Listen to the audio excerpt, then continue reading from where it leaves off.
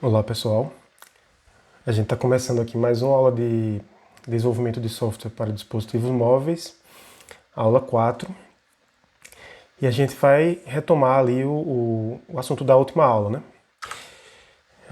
Então a gente começou aqui a sessão de desenvolvimento do app, quando a gente vai finalmente botar a mão na massa.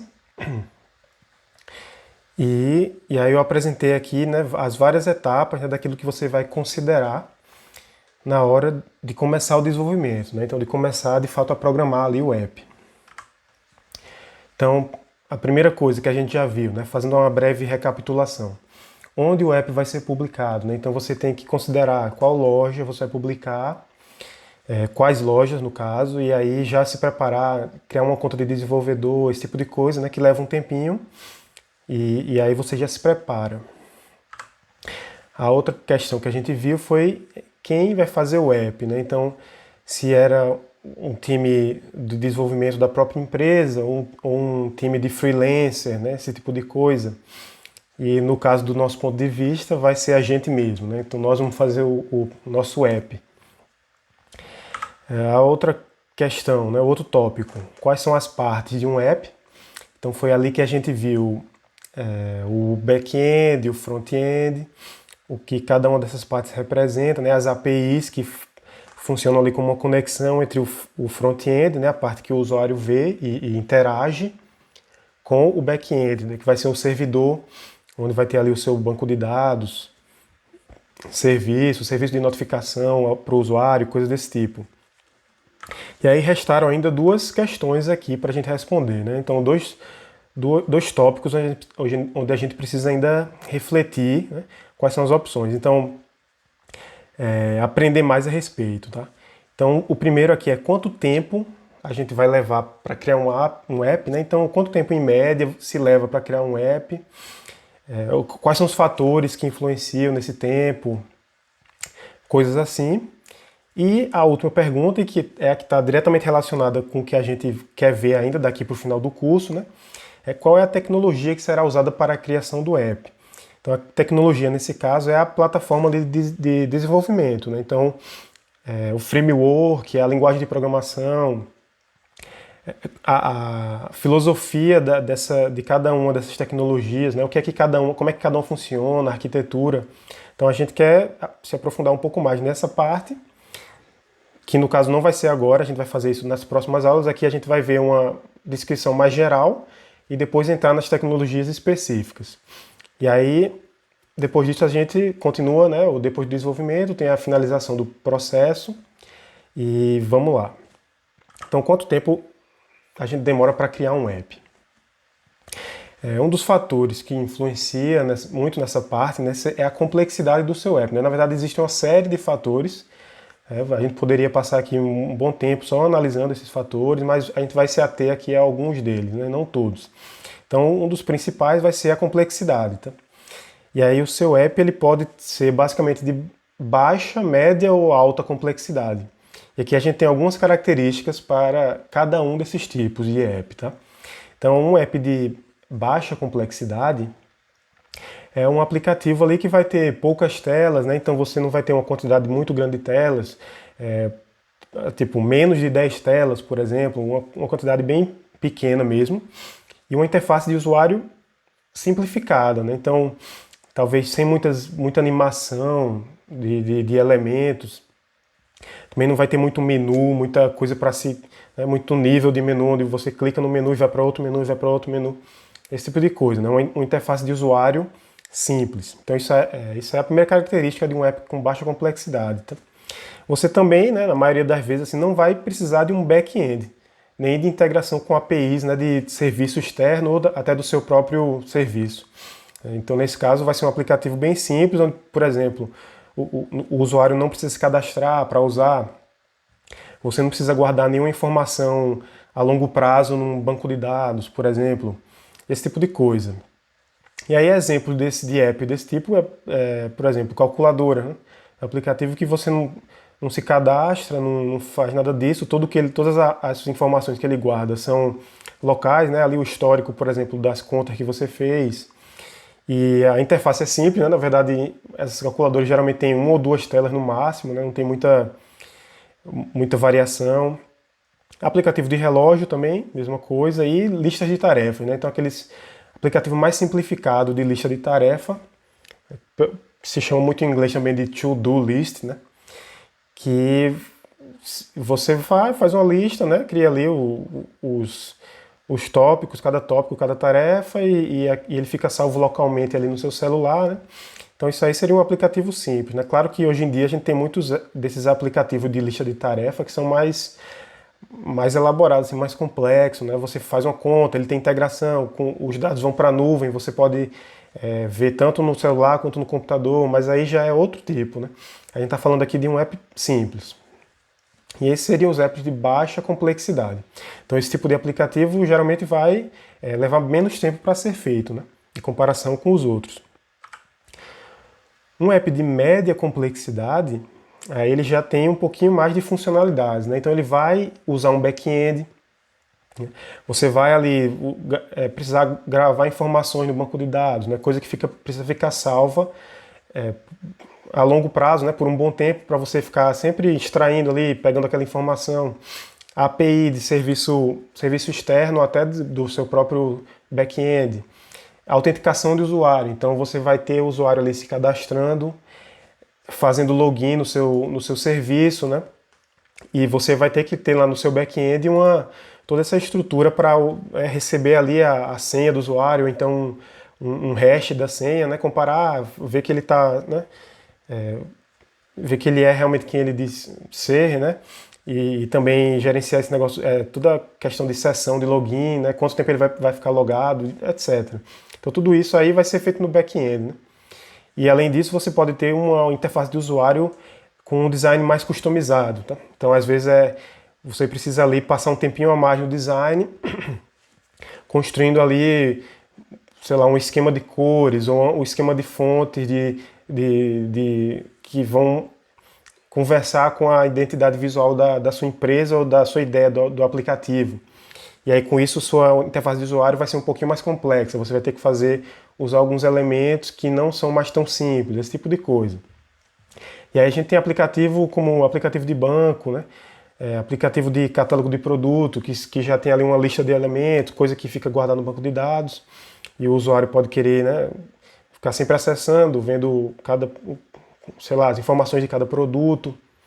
E aplicativo também de gerenciamento de projetos, né? Então uma coisa mais, vamos dizer, uma lista de tarefas mais evoluída, né? Então você agora, além da lista de tarefas, você pode gerenciar um projeto inteiro naquele aplicativo. Então tudo isso aí vai requerer essa questão de banco de dados, né? De salvar informações e do usuário ter a sua conta ali para usar.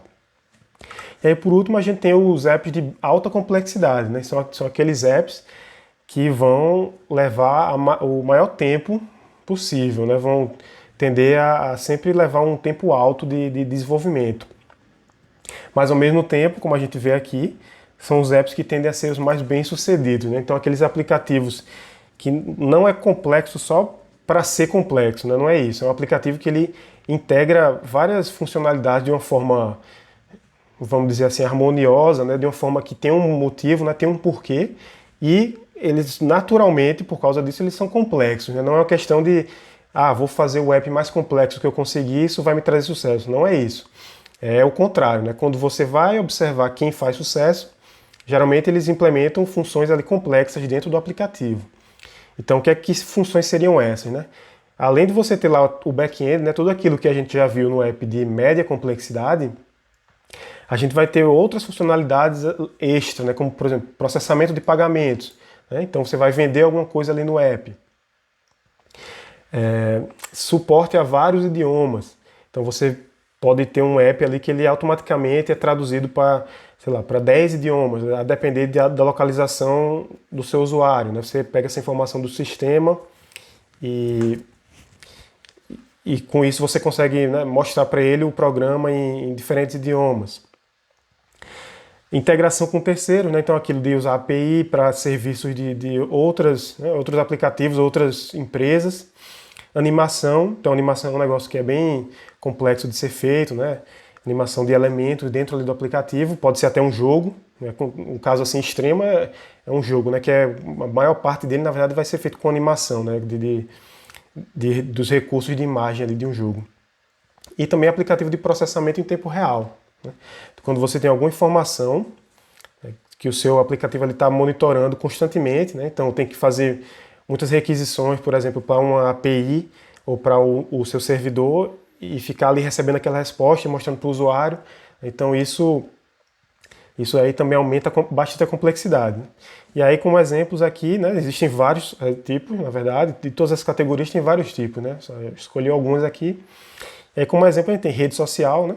Então é bem complexo. Jogos também.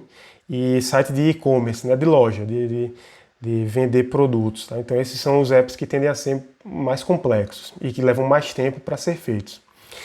E aí a gente tem aqui algum conjuntos de fatores, né, que podem atrasar o desenvolvimento de um aplicativo e tem também um conjunto daquelas coisas que podem acelerar o desenvolvimento. Né? Então, por exemplo, o que é que pode atrasar o desenvolvimento de um app? Né? Mudança de escopo. Então, o aplicativo, né, quando você está ali no processo de desenvolvimento e do nada você decide, ou a equipe decide mudar o objetivo, né, que tinha sido estabelecido para um outro objetivo. Então, trocar ali o rumo do aplicativo que ele estava seguindo. Né? Então, isso aí vai exigir ali um retrabalho, por exemplo, até pode ser precisar até refazer o design do aplicativo, coisa desse tipo, né? Reescrever parte do código. Além disso, também, o que acontece muito é quando você, né, no meio do desenvolvimento, você tem uma ideia de uma nova funcionalidade. Né? E aí, daqui a pouco, você tem uma ideia de outra nova funcionalidade. E você vai... E o desenvolvimento nunca acaba porque a equipe ou o desenvolvedor ele não para de querer botar coisa nova e isso atrasa muito o desenvolvimento. Né? Você nunca chega no fim ali num produto que você aceita como finalizado para mostrar para os usuários, né? Para publicar para os usuários. E isso também atrasa o desenvolvimento. Isso também é uma certa mudança de escopo. Né? Você querer desviar ali do caminho que tinha sido estabelecido para o aplicativo. Outro fator de atraso é essa questão de programadores inexperientes. Né? Então, isso falando mais do ponto de vista de uma empresa, né, ou de alguém que está construindo um time para produzir ali o aplicativo. Né? Então, um time de desenvolvedores. No caso da gente, né, como a gente tem uma visão aqui mais de nós vamos produzir, né, a gente vai programar e criar esse aplicativo, esse fator meio que não entra na conta, já que a gente de todo jeito vai trabalhar sozinho, ou talvez com um amigo, né, um colega, alguém que a gente que está ali, estuda com a gente, coisa desse tipo. Mas em geral, né, quando a gente está tratando assim de uma empresa ou de um gerente de uma equipe, ele precisa, essa parte da contratação e do processo de seleção é muito importante para filtrar ali, né, programadores que sejam inexperientes, que não tenham muito tempo de trabalho nessa área de desenvolvimento de aplicativo. Né? Ou então, às vezes tem, mas não tem na tecnologia que se deseja, esse tipo de coisa. Né? Então, sempre esse processo de seleção é muito importante, né? Como ele é feito e se ele garante ou não que quem está entrando ali é um profissional realmente competente, né? Que tem a experiência para trabalhar no projeto. E por último aqui, um outro fator que pode atrasar é a inovação, né? E tentar inserir inovação no aplicativo com tecnologias emergentes, né? Ou seja, aquelas tecnologias que estão ainda no estado, vamos dizer assim, na infância, né? Ainda não estão estabelecidas no mercado. Então, eu botei aqui algumas palavras, né? Algumas dessas tecnologias que estão bem em alta hoje em dia. Né? Então, inteligência artificial, aprendizagem de máquina, né? Realidade virtual, realidade aumentada. Coisas que estão se falando hoje, estão sendo muito faladas hoje em dia e que são tecnologias emergentes. Né? Então, não está num ponto ainda de maturidade, né? Onde todo mundo já usou muito, já sabe qual é o problema que tem, o que é que pedra no caminho a pessoa pode encontrar quando está mexendo com esse tipo de tecnologia, né? Então, quando a empresa ou o desenvolvedor ele vai se aventurar a inserir essa tecnologia no aplicativo dele, ele corre o risco ali de topar em algum problema, né? Alguma coisa que ninguém ainda, um problema que ninguém passou ainda, que ele não vai ser difícil de achar, por exemplo, na internet, ajuda, né? No Google, assim, ou no Stack Overflow, por exemplo. Ou às vezes até a própria equipe, né? Que nunca teve, não tem essa experiência com essa tecnologia, né? E fica ali, atrás do desenvolvimento. Tá? Então esses são os três fatores que podem atrasar. Três entre vários, né? Existem vários outros. A gente selecionou esses três. Por outro lado, o que é que pode acelerar o desenvolvimento? Né? Então, o que é que pode ali diminuir o tempo de produção do aplicativo, né? Fazer ele ficar pronto ali mais cedo do que a estimativa. Então, criar um roadmap, né? Então, essa é uma palavra em inglês que basicamente significa um planejamento, né? Um planejamento ali da sua estratégia, né? Mais ou menos o que você vai produzir com a resposta das perguntas, né? Da primeira aula que a gente viu, sendo que mais bem definido, né? Então pode ter um cronograma, pode ter um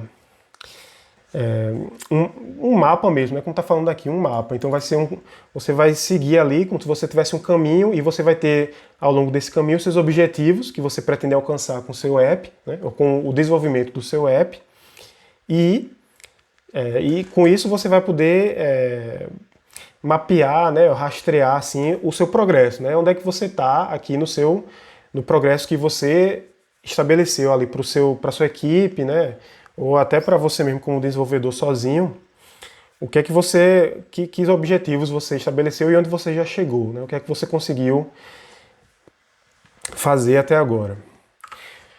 Um outro fator que é mais ou menos o oposto ali do que a gente acabou de ver, é que você consegue contratar bons profissionais, experientes, que tenham ali já trabalhado com a tecnologia que você vai usar.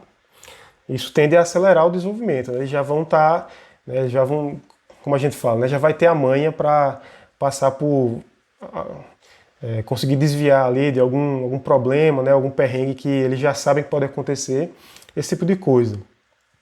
E é claro que tem sempre ali a pessoa tem que botar na balança, né? No caso, um gerente assim de uma empresa, né, o tanto que ele vai poder gastar, né, e a qualidade que ele vai obter com aquilo. Né? Então, programadores experientes tendem a ser mais caros do que programadores menos experientes. Então, existe sempre essa troca. Né? Você vai acelerar o seu desenvolvimento, mas o seu orçamento vai ficar mais caro. E por último, uma outra forma de acelerar o desenvolvimento, que a gente até já mencionou na aula anterior, é o MVP, né? O MVP, o Produto Mínimo Viável, que é um conceito ali que vem das metodologias ágeis. Né? Então você definir, priorizar aquilo que importa para o seu produto poder ser lançado. Né? Então ao invés de começar a fazer um bocado de trabalho, coisa que pode nem ser útil lá para frente, você vai ver que nem precisava perder tempo com aquela coisa naquele momento. Né? Então você cortar isso, né? Ou deixar para um momento posterior, e sempre priorizar aquilo que deve ser feito imediatamente, né? Para que o seu produto seja o mínimo, né? Produto mínimo viável, ou seja, viável é aquilo, ele está pronto para ser usado. E aí falando de metodologias ágeis, né? Elas podem trazer uma grande vantagem aí justamente nessa hora do tempo, né? De otimizar o tempo que você está gastando para desenvolver o seu app. Então essas metodologias ágeis, elas são bem populares, né, hoje em dia, e elas têm aqui algumas vantagens, né, que vão, enfim, ajudar no desenvolvimento do aplicativo. Então você vai, né, de acordo com a própria filosofia assim, das metodologias ágeis, a ideia é você reagir, né, ter reações imediatas às mudanças e desenvolvimentos do mercado. Então, a metodologia ágil, geralmente ela envolve ali um ciclo, e que você vai sempre repetir aquele ciclo, né, um período curto assim de tempo, e se nesse intervalo onde você está fazendo os seus ciclos, né, da sua metodologia, ocorre uma mudança de mercado, uma mudança do seu público, ou qualquer mudança de tecnologia, você vai incorporar aquilo ali já no seu próximo ciclo e vai poder reagir àquilo, né? Fazer uma atualização no seu processo de desenvolvimento, modificar alguma coisa. Então, essa é uma das vantagens. Outra vantagem é a entrega rápida. Então, a ideia é sempre você produzir os seus produtos, os seus MVPs e ir entregando, né? E ir publicando. Faz uma versão do aplicativo, passa ali pelo ciclo, publica. Daqui a pouco, no próximo ciclo, você, em curto prazo, você já faz um outro ciclo, já tem ali uma nova versão do seu aplicativo que vai ser publicada de novo, né? E com isso você vai sempre evoluindo o seu processo de desenvolvimento.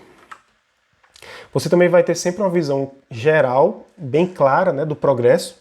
Então, lembrando ali do roadmap, isso é parte das metodologias ágeis e isso ajuda você a saber, né, onde você está ali no progresso do seu aplicativo, de acordo com os seus objetivos, né, o que é que você definiu ali como objetivo do aplicativo. E aí, alguns termos comuns que pode se encontrar, né, nessa parte de metodologia ágil é justamente alguns que a gente já viu aqui. Então, MVP, né, que é o produto mínimo viável. Roadmap, que é o mapa ali dos seus objetivos e do que você tem a fazer, o que é que você vai fazer, né, numa ordem, né, numa lógica ali de como se fosse um mapa mesmo, né, um caminho que você está seguindo. Ainda tem aqui alguns outros termos, né, que seria esse release, que é basicamente uma versão, né, uma versão do seu aplicativo. Então, cada release é uma nova versão. O release é como se fosse soltar, né, a tradução literal, soltar ou entregar, né. Então, quando você faz um release, você solta a sua próxima versão. E aí, é muito usado esse termo, né, a cada ciclo você vai fazer o seu release. E, por último, o backlog, que é a lista das funcionalidades ou daquilo que você precisa fazer no seu, né, no processo ali de desenvolvimento.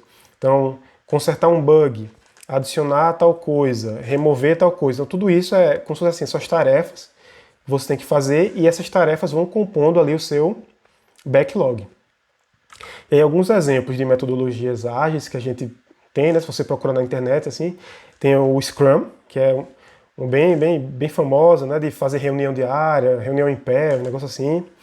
Aí tem o Kanban, que é aquela tecnologia não, é a metodologia asiática, não sei se acho que é japonesa, de botar tarefa, feito, fazendo, feita, né, esse tipo de coisa.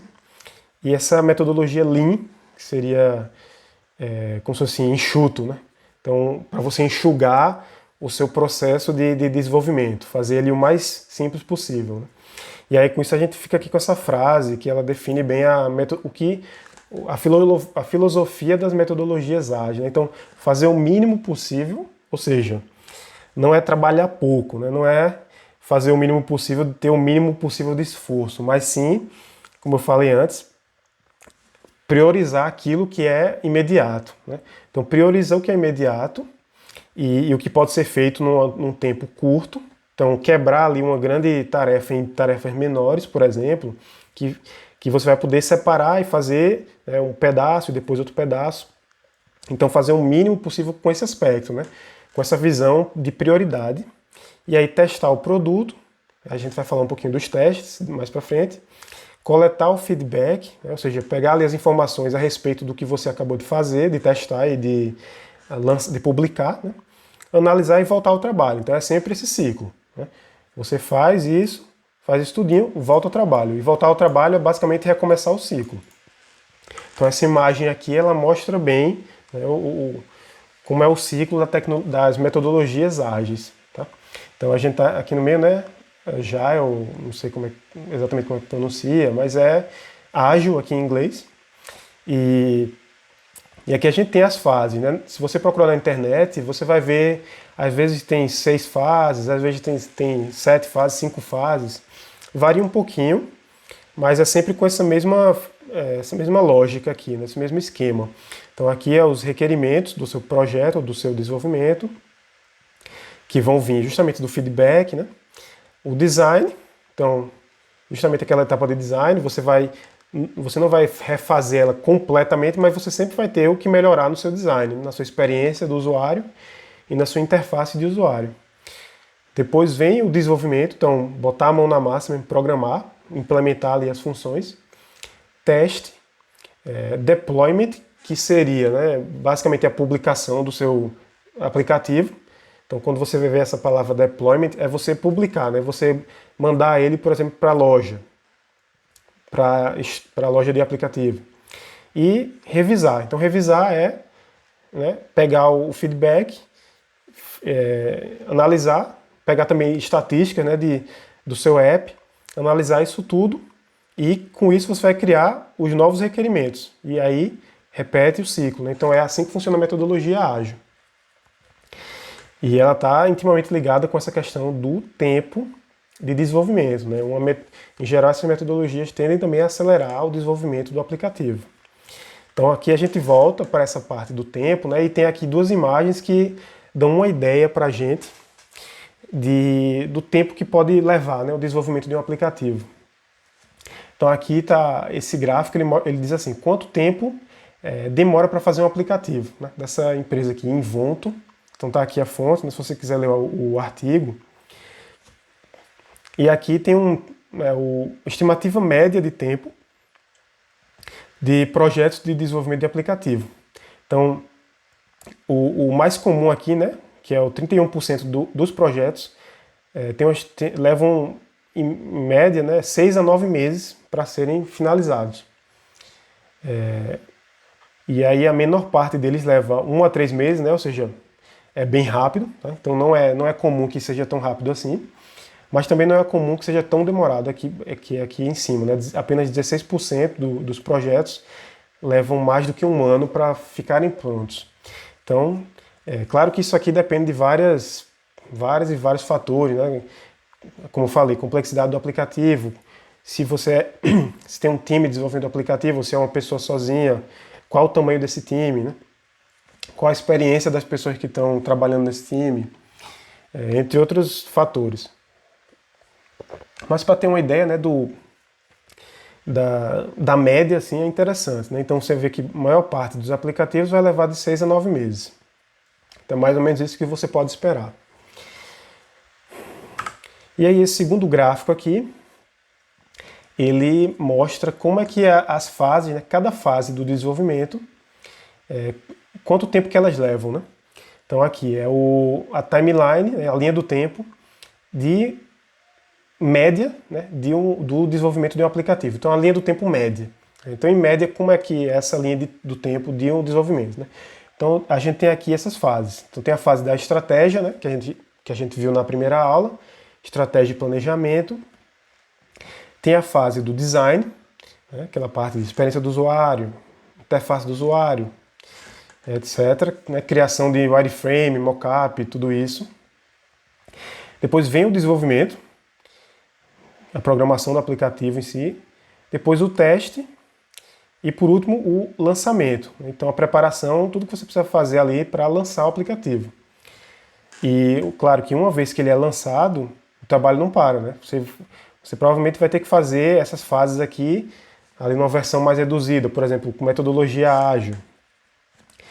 Mas a primeira, né, vamos dizer assim, do começo ao fim, da estratégia até o lançamento, né, a gente vai ter essa linha do tempo aqui. E aí como é que ela se comporta? Né? A gente já, de cara, a gente vê que o desenvolvimento é a parte mais demorada, né? A parte que leva mais tempo, com a estimativa aqui tá dando 20 semanas. Né? Então 20 semanas, se a gente botar 4 semanas por mês, né, mais ou menos, fica 5 meses.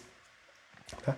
Enquanto a parte de estratégia e design levam bem menos tempo, então estratégia é 1 mês, design ali 1 mês e meio, por aí, teste 2 meses, né, e lançamento menos de 1 mês, né, metade de 1 mês.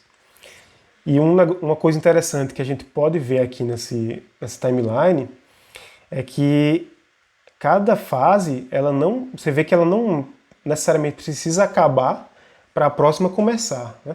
A gente vê que elas se sobrepõem aqui. Então, a fase da estratégia, antes mesmo dela acabar, a fase do design já está começando. Por quê? Né? Porque aquilo que você produz na parte da estratégia, nem tudo o design vai precisar para já começar o trabalho, né? Vamos supor num ambiente onde você tem várias equipes, então você tem uma equipe responsável pela estratégia e parte dessa equipe também vai ser responsável pelo design. Então, em um dado momento, essa equipe da estratégia, né, quando eles criam ali os documentos necessários para o pessoal do design, eles já entram, né, enquanto o pessoal da estratégia ainda está finalizando outros pedaços, outras etapas, né, estão discutindo outras coisas como, sei lá, monetização, esse tipo de coisa, a equipe do design já está começando o trabalho deles, porque eles já têm todas as informações que eles precisam para começar. E aí, semelhantemente aqui, né, antes do design acabar, o desenvolvimento já pode começar também, porque já tem ali o que é preciso para começar. E assim vai, né? Então o teste também ele começa antes do desenvolvimento acabar e o lançamento, os preparativos e até chegar ao lançamento também vai começar antes do teste acabar. Então é uma coisa que se sobrepõe ali, né? Cada fase pode se sobrepor a outra fase. E aí com isso a gente tem mais ou menos uma ideia do tempo que leva para um app ficar pronto, né? Então a gente pode agora passar a pensar em como é que a gente vai programar esse app. Então, qual tecnologia de desenvolvimento de aplicativo a gente vai usar. Então, aqui nós temos basicamente 5 tecnologias diferentes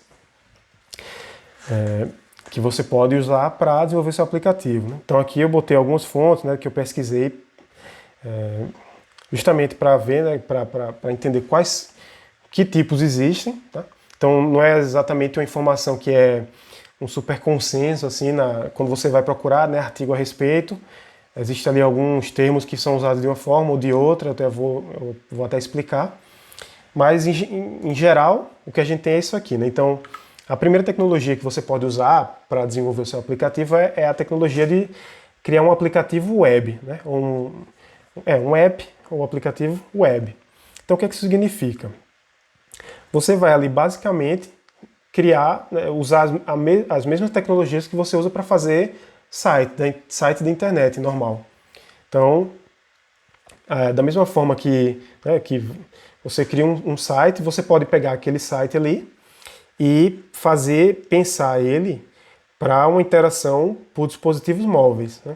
Então, por exemplo, você se lembrar que ele vai ser, o usuário vai interagir com ele através da tela de toque, né? Então você precisa pensar nisso.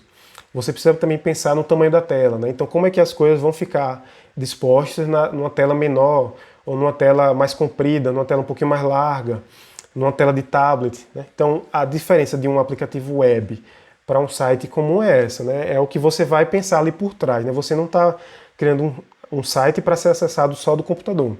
O seu site ali, você usando a mesma tecnologia que você já usa, né? Então, por exemplo, HTML, JavaScript, entre outros, você vai agora pensar no site para dispositivo móvel. Então, isso é basicamente um aplicativo web, né? E aí a gente vai ver daqui a pouco as vantagens e desvantagens de cada uma dessas tecnologias. A segunda tecnologia é o chamado App Web Progressivo. Então, muito conhecido também pela sigla em inglês, PWA, né, que quer dizer Progressive Web App. Então, qual é a diferença, né? Ele é um app web, então ele é um site ainda, ele é feito com as mesmas tecnologias, né, que você vai usar para fazer um site na internet, com a diferença, né, que ele é um app web que tomou bomba, né, vamos dizer. Então ele tem ali algumas funcionalidades a mais do que um app web tem, focadas justamente nos dispositivos móveis.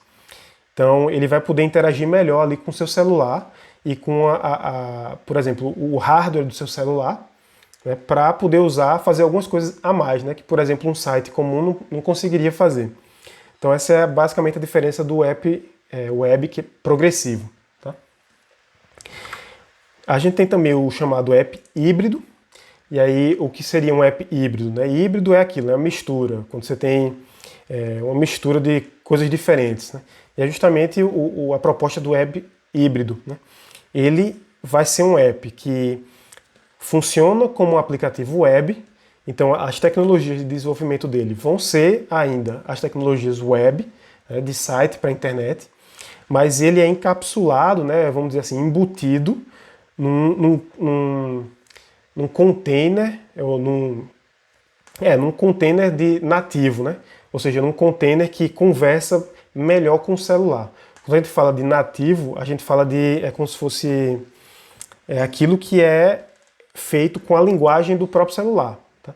Do próprio celular não, desculpa. Do próprio sistema operacional. Então, a gente vai falar daqui a pouco de aplicativos nativos, né? E nativo é isso, é a parte do código, ou a parte ali do programa ou da arquitetura, que é feita ela fala a mesma linguagem ali do sistema operacional, né? Seja Android ou seja iOS, ou seja outro, né? Mas os principais são Android e iOS, né? Então o aplicativo híbrido ele vai ser ainda mais ou menos um site ali, vai ser um aplicativo web, claro, com toda essa visão de interação com o dispositivo móvel, e ele vai estar dentro de encapsulado ali, dentro de uma caixinha, e essa caixinha conversa com o celular melhor do que o browser, né, o navegador que você usa para acessar o seu app web. Né? Então essa caixinha nativa, ela fala muito melhor com o celular, e essa é uma das vantagens do aplicativo híbrido. E é a proposta dele, né, que é ser um pouquinho melhor do que o aplicativo web, já que ele tem essa camada nativa envolvendo ele ali. Depois disso a gente tem o aplicativo nativo multiplataforma. Então, o nativo quer dizer que ele é feito para conversar com o sistema operacional na mesma linguagem, né? Então, se ele está se você faz ele para o Android, ele vai conversar diretamente ali com o Android. E se você fazer ele para o iOS, ele vai conversar diretamente com o iOS, na mesma linguagem ali na qual aqueles sistemas operacionais foram desenvolvidos. E o fato de ser multiplataforma é porque você pode desenvolver um app só, uma única vez, e publicar, criar ali ele para várias plataformas diferentes. Então você faz ali a sua programação, e na hora de transformar aquela programação no binário ali, no que vai ser instalado no celular, você pode fazer uma versão iOS e uma versão Android a partir do mesmo código. Então por isso que ele é chamado de multiplataforma. E é aqui que se encontra o Flutter, né, que a gente vai ver depois alguns exemplos de criação de app com o Flutter. Então eu coloquei aqui só para a gente lembrar. Né? E por último, a gente tem o que seria o app nativo. Né? Então é como se fosse assim, o app mais puro ali possível, ele só tem código na linguagem que conversa com o sistema operacional. Então você tem o app nativo do Android e você tem o app nativo do iOS. Né? Você pode ter esses dois tipos aí de aplicativos. E aí eles vão ser escritos, né, programados, na mesma linguagem que o Android é programado, ou então na linguagem que pode ser convertida ali para aquela mesma linguagem, né? Porque tem mais de uma linguagem, tanto para o Android quanto para o iOS. Você tem mais de uma possibilidade de linguagem de programação que você pode usar, mas elas conversam ali diretamente com o seu sistema operacional. Então o app nativo ele seria ali a coisa mais próxima do celular que você pode ter, né? Sem nenhum intermediário no meio, né? Sem nenhuma forma de tradução entre linguagem diferente, nada disso. Né? Nenhuma caixinha, nenhum container. É o app que conversa direto com o celular. Então isso aí traz vantagem e traz desvantagem. Né? Então essas basicamente, você na hora de desenvolver o seu aplicativo, você vai ter que escolher uma dessas tecnologias. Tá? Então é claro que depende muito da sua proposta, né? E do que é que você quer conseguir com o seu aplicativo e também do tanto que você pode gastar, do tempo que você quer levar. Tudo isso você vai levar em consideração para escolher a tecnologia que vai ser usada. Então vamos falar aqui um pouquinho de cada uma dessas tecnologias, olhando vantagem e desvantagem. Aliás, antes disso, vamos olhar só aqui algumas imagens que dão uma ideia melhor para a gente. Tá? Então, a gente tem aqui, né, metodologia aqui de desenvolvimento de aplicativo. Então, a gente começa com o web, né, o aplicativo web. E aí você vê que ele botou aqui na telinha um símbolozinho para o HTML5, né? Então ele está querendo dizer que vai ser um aplicativo totalmente tecnologia web, né? Vai usar ali o HTML e não vai ter nada da linguagem do sistema. Depois vem o aplicativo híbrido, e aí o HTML está dentro agora de uma engrenagem. Então é como se a engrenagem fosse ali nosso container, né? O container nativo que conversa com o celular. E aqui eles colocam um aplicativo que eles chamam de híbrido misturado, que a gente pode, na verdade, tratar como se fosse o nosso aplicativo nativo multiplataforma, né? Então ele é o que está um pouco mais perto, né? Aqui a distância ela mostra o quão perto você está de ter um aplicativo nativo, né? Então aqui a gente pode encarar como se fosse um aplicativo multiplataforma, né? Nativo. E por último a gente tem, de fato, o aplicativo nativo, né? Então ele botou aqui o ícone de um ambiente de desenvolvimento que você usa para fazer aplicativo iOS, né? Esse íconezinho aqui, para simbolizar a integração ali direta com o sistema operacional. E nessas setinhas a gente já vê algumas características, né? Então, à medida que a gente vem da esquerda para a direita, o que aumenta é a experiência nativa, né? Ou seja, você usar ali o celular na forma mais pura dele, né? O sistema operacional. E também, não só a experiência, como as capacidades e os serviços, né? Então, quanto mais perto você está do aplicativo nativo, mais você tem acesso aqui à experiência, às capacidades do celular, né? Então, o aplicativo móvel está o mais longe possível disso, né? Ele não tem esse acesso todo às capacidades do celular, aos serviços do celular, enquanto que o aplicativo tem, o aplicativo nativo, ele tem o acesso total ali. Por outro lado, a gente tem umas setinhas aqui que vão da direita para a esquerda, né? Então, por exemplo, portabilidade, ou seja, o quanto do código que você pode reutilizar em várias plataformas diferentes, né? Então, por exemplo, quanto do código que eu acabei de escrever eu vou poder usar na versão Android e na versão iOS do meu aplicativo, né? Então, o aplicativo nativo, nesse caso, ele perde totalmente, porque você não consegue reutilizar nada que você faz para Android você vai reutilizar para iOS e vice-versa. São duas linguagens completamente diferentes. Enquanto que o aplicativo web, ele é um site, né? Então você acessa ele de onde for. Você não está preocupado exatamente com o sistema operacional. Então o site ele tem a portabilidade máxima ali, enquanto que o aplicativo nativo ele tem uma portabilidade zero, basicamente, né? E por último, outra setinha aqui da direita para a esquerda fala do custo de manutenção. Então, o custo de manutenção, né, os custos tendem a ser mais altos quanto mais perto você está do aplicativo nativo. E mais baixos quanto mais perto você está aqui do seu aplicativo web, certo? Então essa figura mostra pra gente aqui já algumas características, né? E essa outra aqui, ela mostra mais em termos da arquitetura. Então a gente pode dar uma olhada melhor na arquitetura aqui. Então a arquitetura do aplicativo web, você vê que o aplicativo puro web está aqui, e ele é basicamente ele roda, né, dentro do navegador, dentro do browser, né? Então Chrome, Firefox, entre outros.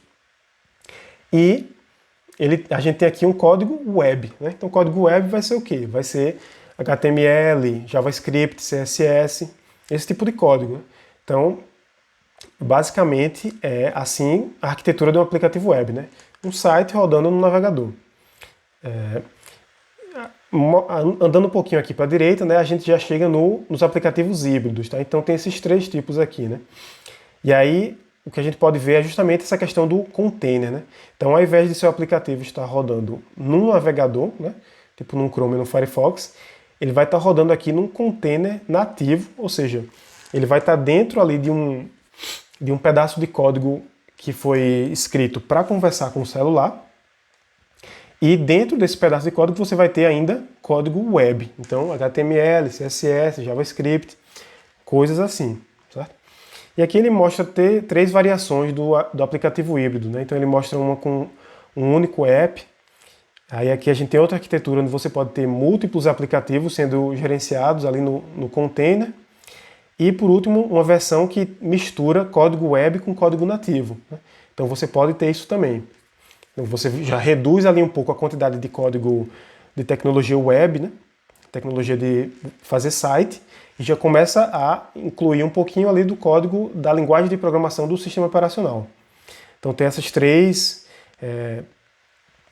possibilidades aqui, essas três arquiteturas de aplicativo híbrido.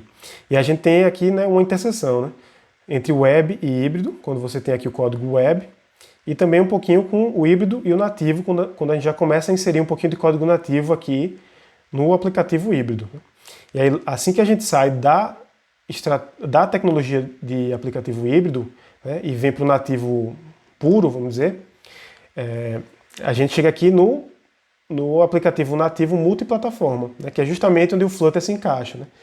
Ele tem ali o código que você escreve, apesar de não ser na linguagem do sistema operacional, ele vai ser compilado para aquela linguagem. Então ele vai virar um executável ali que o sistema operacional entende bem, certo? Então acho que é até por isso que ele botou as cores diferentes aqui, porque o código que você escreve, geralmente nesses aplicativos nativos multiplataforma, não vai ser na linguagem do sistema operacional que você vai usar aqui no nativo puro, né? Ou seja, onde você não tem nenhum intermediário, né? Nada externo, você só tem a linguagem do sistema operacional. Então, existe essa pequena diferença, né? O nativo multiplataforma ele vai ter ainda outra linguagem, que é o caso do Flutter, mas também é o caso do React Native, né? Que é outro bem conhecido hoje em dia, muito utilizado também.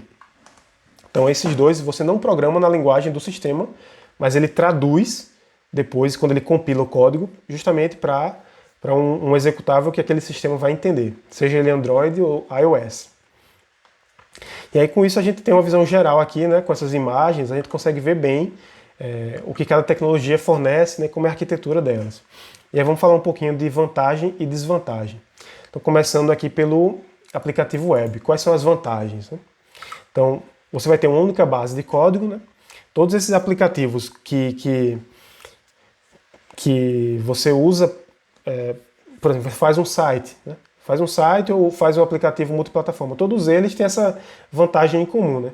Você só escreve, você só faz uma base de código ali, um repositório, e aquela única base ali vai ser usada para criar, né, ou no caso do aplicativo web, o seu site ele já vai poder ser acessado em qualquer tela, né? Outra vantagem dele é que ele é independente da loja, né? Na verdade isso vai ser uma vantagem e uma desvantagem, como a gente vai ver daqui a pouco, mas na questão da vantagem, ele é independente da loja, então da Play Store ou da App Store. Então, quando você quiser atualizar o seu aplicativo, o seu usuário não vai ter que baixar e instalar uma atualização, né? Ela já vai, quando você publicar ali, fizer o deployment do seu site novamente, né, do seu site, no caso do seu aplicativo web, quando você mandar ele para o servidor, o seu usuário já vai ter o seu aplicativo web atualizado, né? Então ele não, nesse aspecto você tem uma independência ali da loja, né? Outra coisa que acontece é a alta flexibilidade para o desenvolvimento. Como a tecnologia web, né, atualmente assim, ela já está bem madura, né? Você tem aí um monte de programador que trabalha com desenvolvimento web, né, e tem experiência. Então você pode fazer, você não tem limite para o que você pode fazer com o seu aplicativo, né? E você também vai ter uma grande quantidade de pessoas ali com a experiência necessária para trabalhar no aplicativo também. Então, nesse aspecto, é bem interessante, nessa alta flexibilidade. Justamente pelo fato de ser um sistema web e de ter muita gente que trabalha com isso, né, geralmente os programadores web, o salário é mais baixo do que, por exemplo, quem programa diretamente para um aplicativo nativo, né? Já que você tem mais pessoas que trabalham com web. Então o custo também tende a ser mais baixo. E você também não precisa de uma equipe tão grande, você pode ter uma equipe um pouquinho menor, né, para fazer um aplicativo web. O desenvolvimento também é mais rápido, justamente por causa disso, né, por causa dessa... o desenvolvimento para web ele é mais... Atualmente ele tende a ser um pouco mais simples, né, dada a quantidade enorme de recursos que existem para o desenvolvimento web. Então, essa é uma grande vantagem, né? Se você precisa ali, se você não tem muito dinheiro, por exemplo, no seu orçamento, ou se você quer ter um aplicativo ali mais rápido, né? Você quer testar uma ideia rapidamente, né, você tem ali quer logo deixar seu aplicativo pronto e mandar para alguns usuários testarem. Então, isso aí é uma possibilidade que você tem com o aplicativo web. E ele funciona em qualquer tela, né? Como eu falei, como ele é um site, no fim das contas, Então você vai planejar ele, né, principalmente aquela questão do CSS e tal, você vai planejar ele para o posicionamento se adequar a qualquer tamanho de tela, né? Hoje em dia você pode, o seu navegador na internet, até no computador, ele tem ali todo um conjunto de ferramentas de desenvolvedor que você pode simular telas maiores e menores, né? Então, durante o seu desenvolvimento do seu aplicativo, você vai poder fazer esses testes até mesmo sem precisar de um celular ou de um dispositivo, né? Não precisa baixar simulador de Android, nem simulador de iOS. No próprio browser ali do seu computador, você já faz os testes de tamanho de tela, enquanto está desenvolvendo. Então ele tem essa vantagem.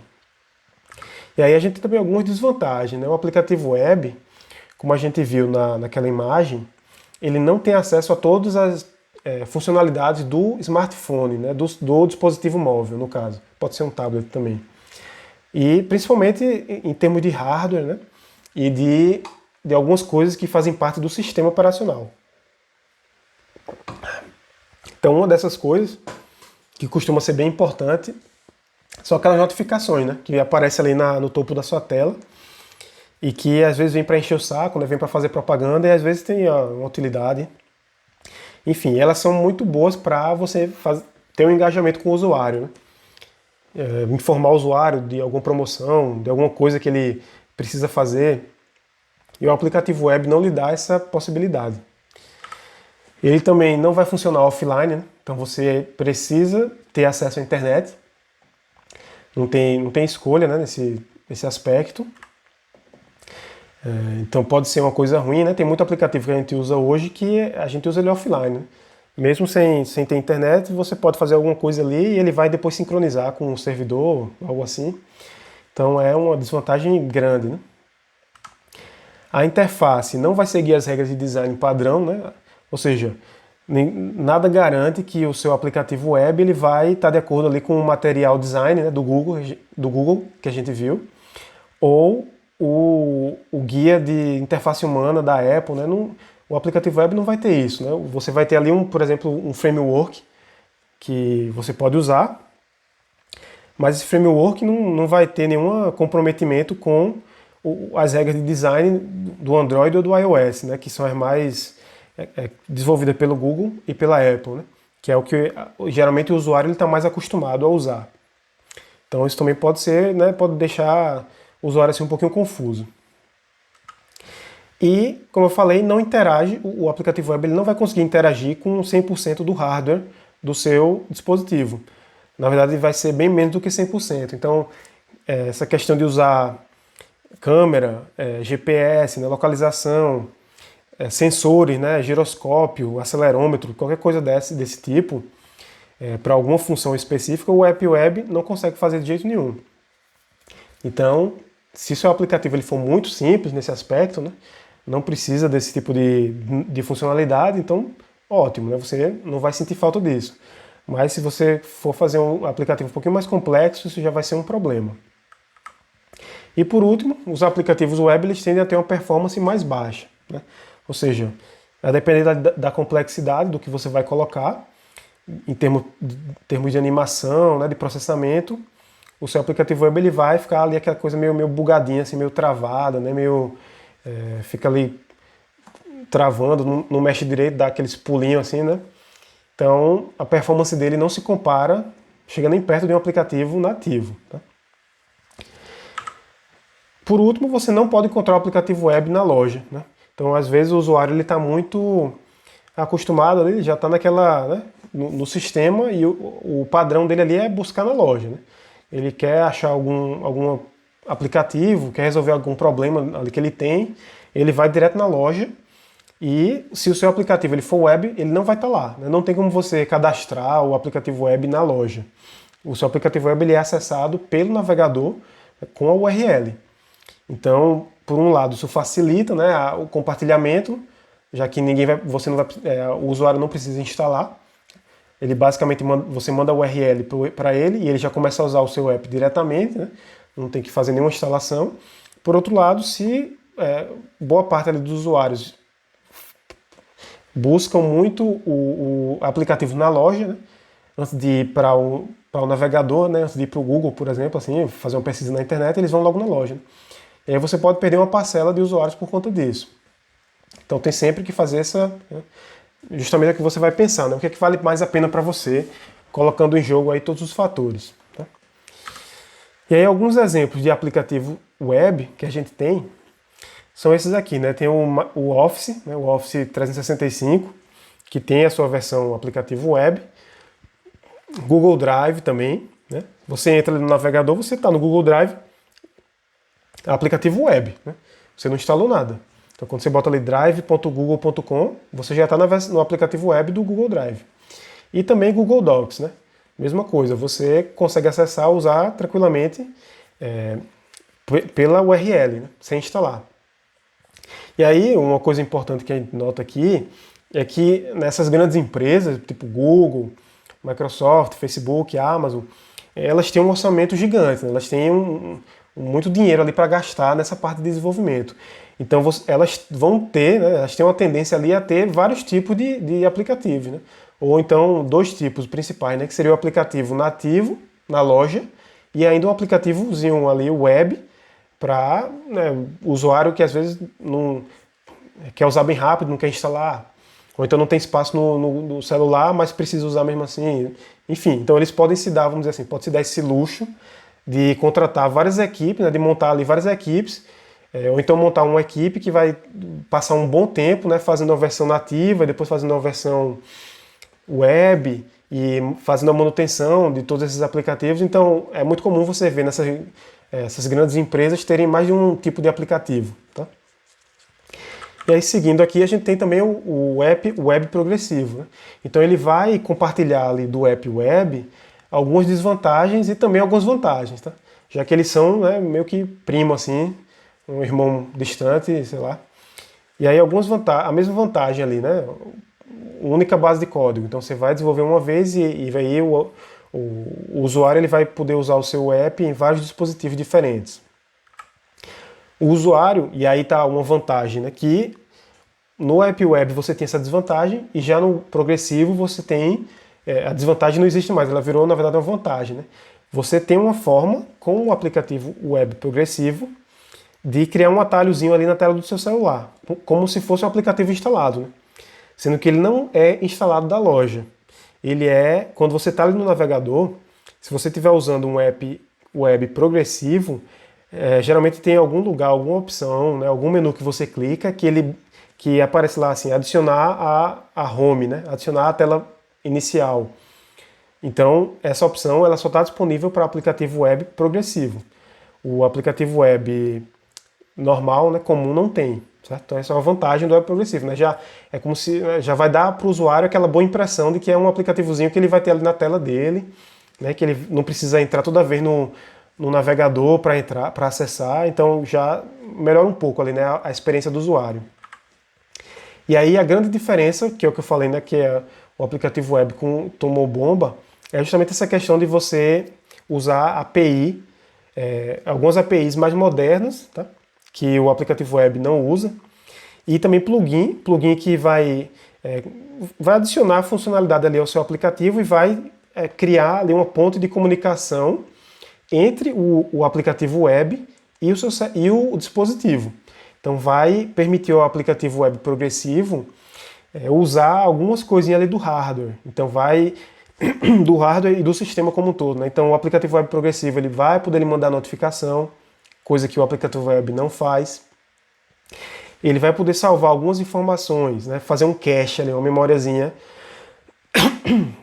Desculpa. Ele vai poder salvar algumas informações ali localmente no seu celular para usar durante o funcionamento.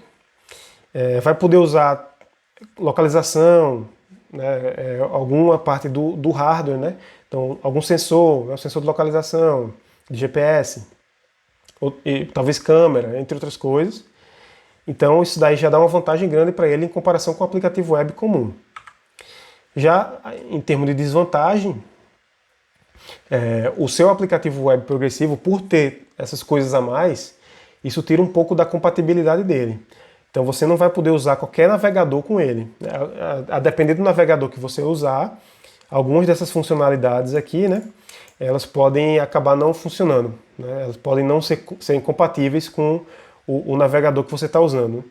Em geral, elas são feitas para funcionar com aqueles navegadores mais famosos, né? Então, Chrome, Firefox, Safari, que geralmente é usado, né, por quem tem iOS. Esses aí mais famosos, assim, a compatibilidade geralmente está garantida. Mas se o seu usuário ele é um ponto fora da curva, ali, ele usa outro browser, né, outro navegador, e aí já tem um risco dele não conseguir usar todas as funcionalidades do seu aplicativo web progressivo. Além disso, né, além da mesma desvantagem do aplicativo web, essa questão da interface, né, que não vai estar necessariamente de acordo com a interface padrão ali, o design padrão desenvolvido pelo Google ou pela Apple, por exemplo. Por último, o aplicativo web progressivo, mesmo com essas vantagens, né, mesmo com essa questão da API e de plugin, ele ainda não vai ter acesso a tudo que o celular fornece, né? Todas as partes do hardware do celular, todos os sensores, né? Tudo aquilo que tem de funcionalidade. Também não são encontrados na loja, né? Então, da mesma forma de um aplicativo web normal, o seu aplicativo web progressivo não vai ser encontrado na loja. Ele vai ser compartilhado pelo link, pela URL. Alguns exemplos que a gente tem, né, são, por exemplo, o aplicativo do Twitter. Tá? Então, se você entra no Twitter pela internet, né, mobile.twitter.com, você entra nesse site e você está acessando o aplicativo web progressivo do Twitter. E aí ele vai ter aquelas vantagenzinhas, né, de notificação, esse tipo de coisa. A gente também tem aqui o AliExpress, ele fez um aplicativo PWA, né, e também o Pinterest, que é aquele aplicativo de salvar imagem, salvar ideia, coisas desse tipo. Então aqui são algumas empresas que criaram aplicativos usando tecnologia PWA. Mas é claro que eles também têm aplicativo nativo, aplicativo que você baixa da loja, justamente por serem empresas grandes com um orçamento bom para essa parte de desenvolvimento. Depois a gente vem aqui para as vantagens e desvantagens do app híbrido. Então, quais seriam as vantagens, né? Mesma coisa. Tá? A gente vai ver aqui, até chegar no nativo, todo mundo vai ter essa vantagem de única base de código. Então, você poder escrever ali praticamente o seu código inteiro de uma forma só, usando a mesma linguagem, né? Sem fazer muita adaptação para vários sistemas diferentes, vários alvos ali, dispositivo-alvo, né, vamos dizer, diferente. O app híbrido ele também vai ter um custo baixo e um desenvolvimento mais rápido, já que, né, se a gente lembrar, ele é basicamente um aplicativo web encapsulado numa caixinha nativa, né, uma caixinha escrita na linguagem do sistema operacional, mas dentro dele ali, o núcleo dele ainda é um aplicativo web. Então ele traz consigo essas vantagens, né, de custo baixo, mais baixo assim, e o desenvolvimento mais rápido também, o tempo de desenvolvimento mais rápido. Aí aqui está uma vantagem que ele tem com relação aos aplicativos web que a gente acabou de ver. Ele não precisa de um browser, né? Ou seja, você não precisa ter um navegador instalado no seu celular para usar um aplicativo híbrido. O navegador ele já vai estar embutido ali dentro do aplicativo como um todo, né? No pacote do aplicativo que você vai baixar da loja, tá? Porque nesse caso aqui ele já é instalável. Então aquele pacote ali ele já vai vir com um browser dentro dele, que é disponibilizado justamente pelo sistema operacional. E aí eles podem acessar mais funcionalidades do aparelho do que os aplicativos web, né, normal e o PWA. Algumas desvantagens, continua sendo performance mais baixa, né? Então, apesar dele ser um pouquinho melhor, né, por causa justamente desse encapsulamento, ele ainda não tem a performance tão boa, por exemplo, para fins de animações, né, de animação de elemento ali no seu layout, né? E também monitoramento. Então, quando você tem um processamento ali em tempo real, você tem que monitorar uma informação. Então, o aplicativo híbrido ele ainda tem dificuldade de performance com esse tipo de tarefa. Né? Da mesma forma também, né, meio que na mesma pegada ali do aplicativo web, a interface do usuário e a experiência do usuário vai ser um pouquinho inferior, justamente por não levar em consideração os guias ali, né, do Google e da Apple, né, os guias de design que foram desenvolvidos. Tá? Claro que isso não é Não é uma coisa assim, não é um destino que ele vai ser sempre inferior, tá? Ele não vai estar fadado a ter uma interface ruim, obrigatoriamente, né? Claro, tudo vai depender também da qualidade do design que for feito, né? Mas como esses guias do Google e da Apple, eles são já, né, bem maduros, foram feitos por designers e tudo mais, né? Uma equipe competente. Então é claro que fugir deles pode ser representar ali uma qualidade menor, né? Mas não obrigatoriamente. E aí, enfim, seguindo aqui, né, a interface não vai seguir as regras de design padrão. E alguns exemplos que eu encontrei foram esse aplicativo aqui que é o chamado Yelp, né, que ele é um aplicativo onde os usuários cliente de restaurante, de hotel, esse tipo de coisa, eles conseguem deixar ali sua avaliação, né? Então ele é no estilo do Foursquare, né, que é outro que tinha essa mesma pegada de o pessoal avaliar, né, avaliar restaurante, avaliar hotel, avaliar lanchonete, coisa desse tipo. E o Yelp, ele né, com essa mesma ideia, né? E o outro aqui chama Untappd, que é como se fosse uma rede social de cerveja. Então os usuários vão lá e vão avaliar a cerveja, vão comentar, né, botar ali, fazer um review e dar nota, esse tipo de coisa, né? Então esses dois aplicativos aqui, eles usam essa abordagem híbrida, né? E aí a gente chega aqui nos aplicativos nativos multiplataforma, que é onde se encontra o Flutter e o React Native. E aí quais são as vantagens, né? Então ficou um pouquinho desalinhado aqui, não reparei. Enfim, mesma vantagem, única base de código. Claro que nesse caso aqui vai ter uma certa diferença, tá? Porque a gente não está mais lidando com um aplicativo, certo? Desculpa, com um site, né? A gente está mais lidando com tecnologia web, né? Agora é outro tipo de tecnologia. Então o Flutter usa a linguagem própria dele, que é Dart, e o React Native usa JavaScript. Então você não vai ter mais tecnologia web aqui, tá? Então essa sua base de código, ela vai ser única, mas você talvez, né, provavelmente você vai precisar fazer alguma adaptação. Por exemplo, eu quero que isso aqui apareça com a cara do Android do Material Design. Então, vou escrever um pedacinho de código para isso. Aí, agora, quando eu for publicar para o iOS, eu quero que ele apareça com o botãozinho do iOS. Eu não quero que ele apareça mais com o botão do Android. Então, você vai ter que fazer ali alguns casos particulares, né? Você vai ter que prestar atenção nisso, se você quiser desenvolver para várias plataformas com essa tecnologia aqui, né? Então, a base de código vai ser única, mas você não vai reutilizar 100% do seu código, tá? Você vai utilizar ali um pouquinho menos, na casa dele de 70%, né, 80%, justamente por não ser mais tecnologia web, né? Que é uma coisa mais universal. Outra vantagem, como eu já tinha até mencionado, é que o código ele é compilado para cada plataforma. Então, aplicativo web, né, web progressivo e o aplicativo híbrido, eles não são compilados. Tá? Eles são página web, né? Você publica lá, bota no seu servidor web, e aquilo ali vai ficar disponível para o usuário. E isso aí, então, a performance do seu aplicativo web, ela está muito atrelada também ao seu navegador, né? E como o seu navegador, ele vai conversar com o seu celular. Então, o Chrome, o Firefox, como é que eles conversam com o celular, né? Tem esse intermediário aí no meio, nessa camada extra que é o navegador. E isso tem um impacto na performance. Quando o código ele é compilado para a linguagem da plataforma, né, do sistema operacional, Android ou iOS, aí já muda de figura, né? Já é outra coisa completamente diferente. Você está criando ali um pedacinho um programinha, né? Um executávelzinho ali que o Android olha e reconhece ali uma coisa que é da família, né? Já tá todo mundo em casa aqui, eu te conheço bem, vamos dizer assim. Então a compilação ela traz um ganho muito bom para o aplicativo de performance, o fato dele ser compilado. Então, com isso, o seu aplicativo nativo ele tem uma performance ali média ou alta, né?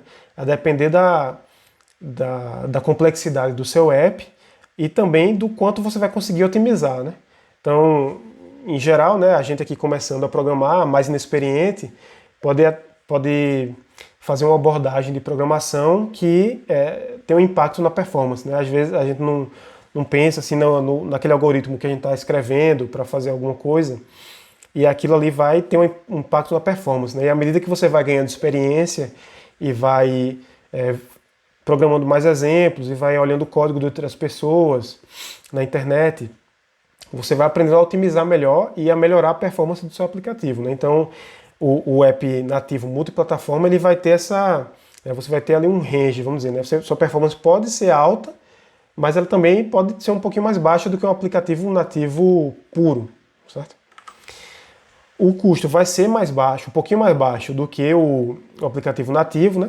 Mas também vai ser mais alto do que o aplicativo web, claro, porque ele requer um programador mais especializado, né? Que seria o programador exclusivo, vamos dizer, para programar em Dart, por exemplo, para o Flutter, né? Então você vai ter que ter alguém ali que programa em Dart, né? Não é uma coisa tão comum quanto ter alguém que programa com HTML, CSS e JavaScript, né? Para web, tá? Então é uma coisa um pouquinho mais especializada que vai ser mais cara, tá? Não tão cara quanto um programador especializado em linguagens nativas de aplicativo, mas um pouquinho mais alto do que o programador especializado em web, certo? E aí vai ser escalável, né? Por quê? Porque você, assim como o aplicativo web, ele tem o potencial para ser distribuído para vários dispositivos, né? Então à medida que você quiser publicar o seu app para um novo dispositivo, então você começa só com um smartphone, e aí daqui a pouco você quer melhorar isso aí, e agora eu quero fazer um aplicativo versão tablet também. Depois, agora eu quero fazer um aplicativo para web. Então existe essa possibilidade. E você vai aumentando, né, o seu escopo ali. Acabei de perceber porque ficou desalinhado. Então aqui, o aplicativo nativo, você vai ter a sua interface impecável e consistente, né? Por quê? Como você tem só uma base de código, né, então tudo que você construiu, né, toda a lógica, todo o layout, ele vai ser compartilhado entre todas as suas versões, então isso garante a consistência. E a interface, a experiência do usuário, ela vai ser muito boa porque você já vai poder usar alguns componentes nativos, né? Então alguns componentes, tipo botão, barra lateral, barra superior, tudo isso você já vai ter acesso aos componentes nativos ali do Android e do iOS, que seguem ali o padrão, né, de design dessas empresas. Então você já vai ter uma experiência bem melhor. Você vai ter essa possibilidade de ter uma experiência de usuário impecável. Vai depender tudo de como você implementar. E algumas desvantagens, né? Então, como eu falei, requer uma experiência mais específica, mais especializada, né, do programador. Então, no nosso caso, claro, a gente não está aqui de um ponto de vista empresarial, né? A gente está aqui justamente para aprender mesmo, a gente não tem nenhuma experiência, né? Então o que a gente quer é aprender. Mas do ponto de vista de uma empresa, né, você vai ter que ir atrás de gente mais especializada, né, de pessoas que já têm contato com essa tecnologia multiplataforma e que vão poder desenvolver para você. O deployment é mais lento, né, tanto para o aplicativo nativo normal, puro, quanto para o multiplataforma. O que é que isso significa? Quando você vai fazer uma atualização no seu aplicativo, né, igualzinho praticamente quando você vai publicar ele pela primeira vez. Você manda ele para a loja vai fazer ali a avaliação, né, checar que está tudo nos conformes ali de acordo com os termos deles, e vai dar a resposta para você, e aí você vai publicar, né?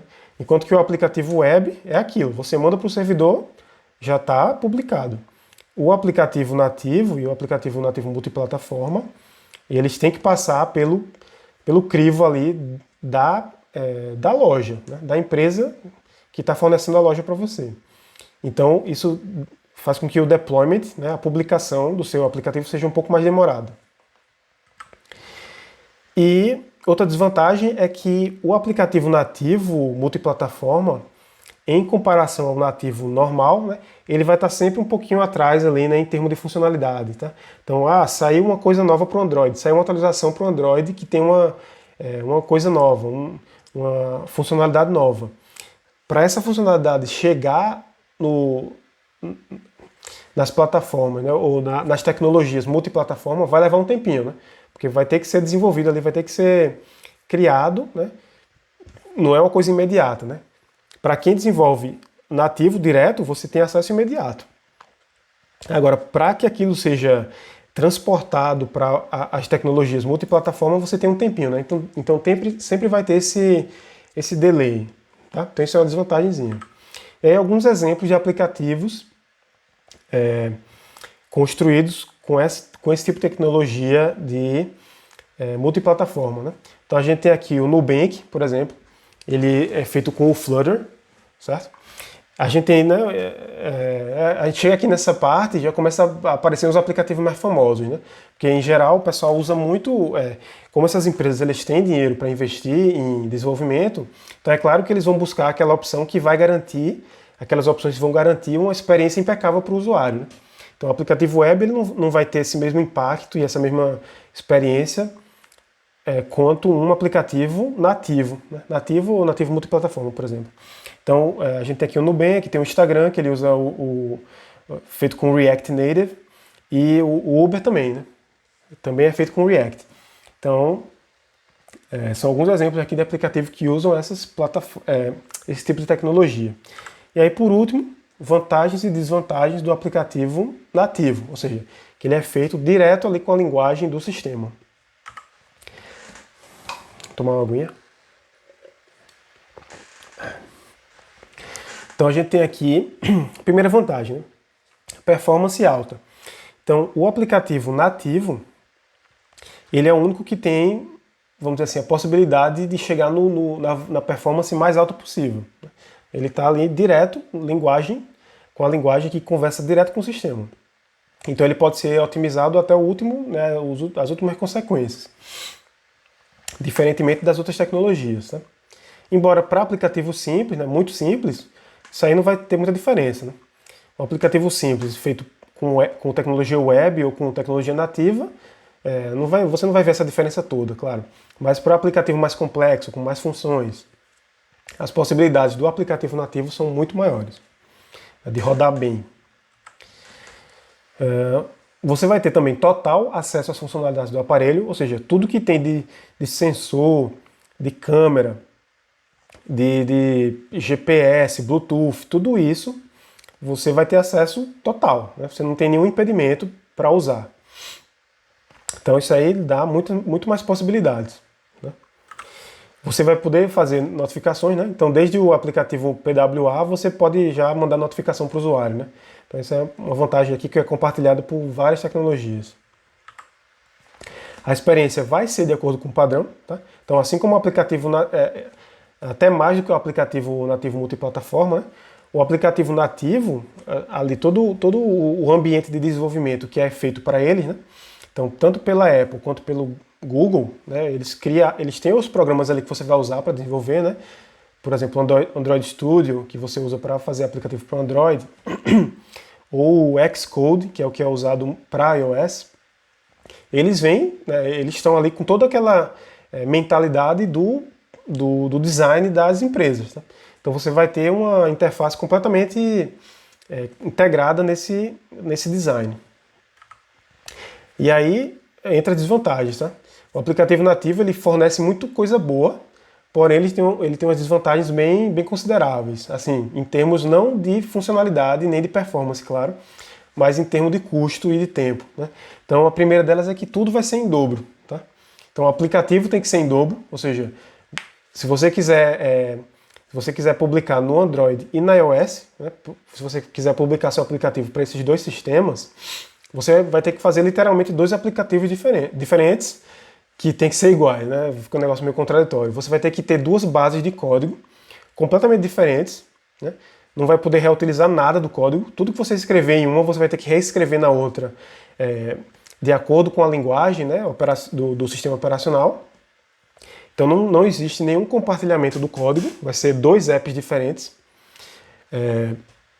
Você vai ter que ter, muito provavelmente, duas equipes de pessoas diferentes para fazer uma equipe Android e uma equipe iOS, por exemplo. Ou então você, como programador sozinho, vai ter que estudar o dobro do tempo, né? uma vez para desenvolver sua versão Android e uma outra vez para desenvolver sua versão iOS. E você vai ter o dobro de bug, tá? Então, tudo que der de errado em uma, provavelmente vai dar de errado na outra. E você vai ter que resolver duas vezes o mesmo problema, por exemplo. Ou você pode ter até bugs completamente independentes, né? A versão Android tem um bug que por algum motivo não acontece na versão iOS e vice-versa, né? Então vai ter basicamente tudo dobrado, né? E é o dobro de coisa ruim, infelizmente. Você também vai ter um alto custo de desenvolvimento e manutenção. Então, justamente por os profissionais serem mais caros, né? A hora é mais cara. Isso aumenta o custo de tudo, né? Custo para desenvolver, custo para manutenção, que vai ser o que vai vir depois, né? Depois que você lançar, você ainda vai ter que fazer toda essa manutenção, né? Atualizar, corrigir bug. Então, o app nativo ele é o mais caro de todos nesse aspecto.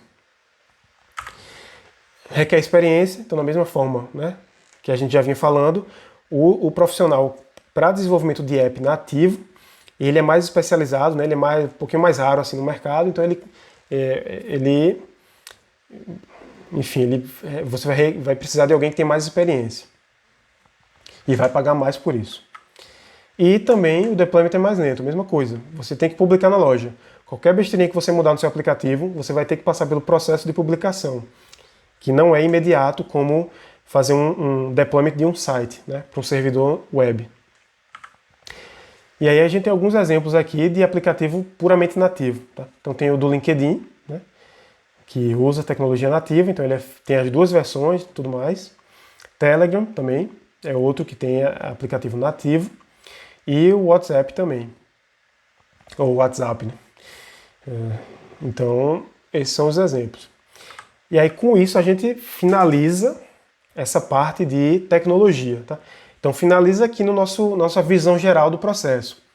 Quando a gente finalizar essa etapa, a ideia é que a gente revisite de novo, volte, mas voltar para a gente ver, de fato, quais são as tecnologias usadas, né? Eu deixei de fora, assim, de propósito, essa questão